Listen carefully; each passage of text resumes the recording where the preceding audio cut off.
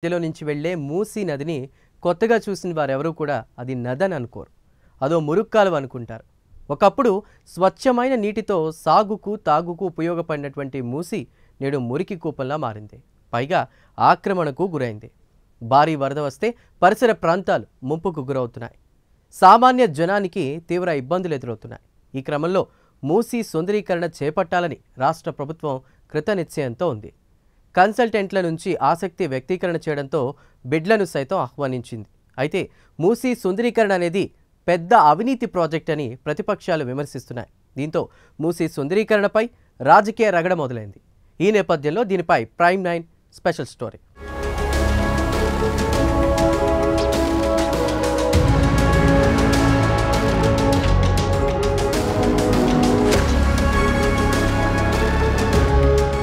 మూసీ సుందరీకరణపై ఇప్పుడు రాజకీయ రగడ మొదలైంది. BRS working president KTR Musi సుందరీకరణ ప్రాజెక్టు అతిపెద్ద అవినీతి ప్రాజెక్టు అని తీవ్రంగా విమర్శిస్తున్నారు.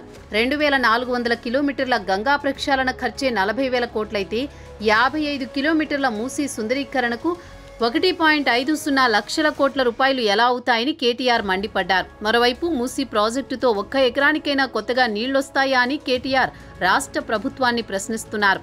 యమునా నది ప్రక్షాళన 1000 కోట్లు, సబర్మతి సుందరీకరణ ఖర్చు 7,000 కోట్లు అయినప్పుడు మూసీకి ఎందుకు అంత వ్యయం చేయనున్నారని కేటీఆర్ అంటున్నారు. దీంతో మూసీ సుందరీకరణ రాజకీయ రంగు పులుముకుందని రాజకీయ విశ్లేషకులు చెబుతున్నారు.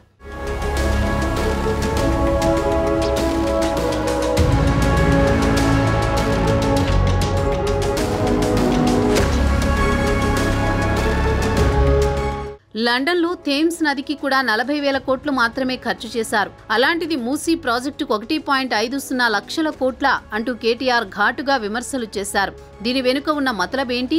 ఇది దేశంలోనే అతిపెద్ద కుంభకోణమని, వచ్చే ఎన్నికలకు అవసరమైన నిధుల కోసం కాంగ్రెస్ పార్టీ ఈ ప్రాజెక్టును రిజర్వు బ్యాంకులా వాడుకోవాలని చూస్తోందని కేటీఆర్ దుయ్యబట్టారు. మూసీ ప్రక్షాళన పేరుతో పేదల బ్రతుకులు నాశనమవుతుంటే చూస్తూ ఊరుకునేది లేదని అంటున్నారు బీఆర్ఎస్ నేతలు. మరోవైపు బీజేపీ సైతం మూసీ ప్రక్షాళనపై కాంగ్రెస్ ప్రభుత్వంపై విమర్శల బాణాలు సంధిస్తోంది. మరోవైపు కాంగ్రెస్ ప్రభుత్వం మూసీ సుందరీకరణను చాలా ప్రతిష్టాత్మకంగా తీసుకున్నట్లు కనబడుతోంది.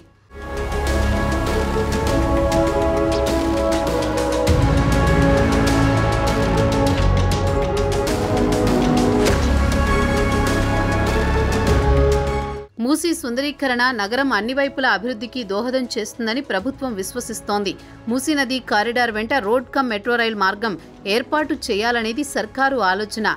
ఇందులో భాగంగా నది వెంట మెట్రో రైల్ నిర్మాణానికి 9,000 కోట్ల వరకు వ్యయమవుతుందని ప్రాథమికంగా మెట్రో రైల్ అధికారులు అంచనా వేశారు.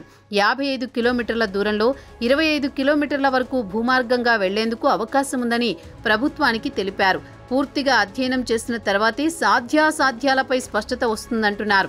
హైదరాబాద్లో నార్సింగి వద్ద ఓఆర్ఆర్ నుంచి మొదలు బాపుఘాట్, హైకోర్ట్, చాదర్ఘాట్, నాగోల్ వైపు నుంచి హైదరాబాద్లోని తూర్పు ఉన్న ఓఆర్ఆర్ వరకు మూసీ రివర్ ఫ్రంట్ డెవలప్మెంట్ను ప్రతిపాదిస్తున్నారు.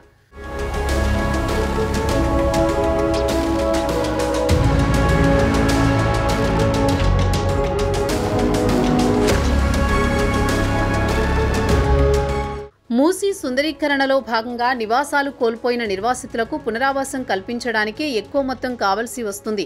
అందుకే వ్యయం ఎక్కువగా అవనుందని తెలుస్తోంది. కేటీఆర్ విమర్శలకు కాంగ్రెస్ నేతలు కూడా అదే స్థాయిలో కౌంటర్ ఇస్తున్నారు.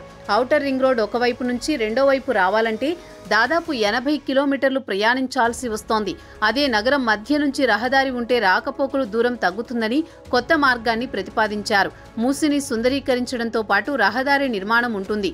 ఈ మేరకు మెట్రో రైలు మార్గం నిర్మించాలనేది సర్కారు ఆలోచన. ఈ మార్గంలో నాగోల్ తర్వాత కొంత దూరం భూమార్గం మీదుగా మెట్రో రైలు నడపాలని ప్రతిపాదనను హెచ్ఎంఆర్ ప్రభుత్వం ముందుంచింది. ఎత్తుగా ఉన్న చోట ఈ తరహాలో ఏర్పాటు చేయవచ్చు అనే సూచనలు చేసింది. నిర్మాణ వ్యయాన్ని తగ్గించేందుకు అవకాశం ఉన్న మార్గాలను అధ్యయనం చేస్తోంది.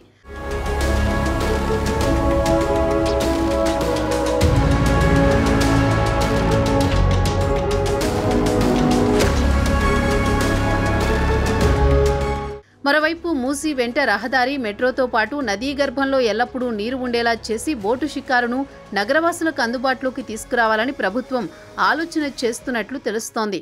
కృష్ణా, గోదావరి నీటిని ఉస్మాన్ సాగర్, హిమాయత్ సాగర్లోకి తరలించి అక్కడి నుంచి మూసీలోకి నీటిని వదిలి శుభ్రం చేయాలని ప్రతిపాదిస్తున్నారు.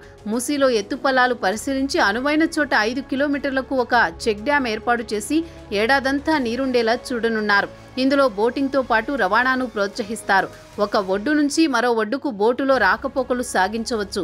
ఈ క్రమంలో మూసీ సుందరీకరణపై రాజకీయ రగడ మొదలవడం సర్వత్రా ఆసక్తి కలుగుతోంది.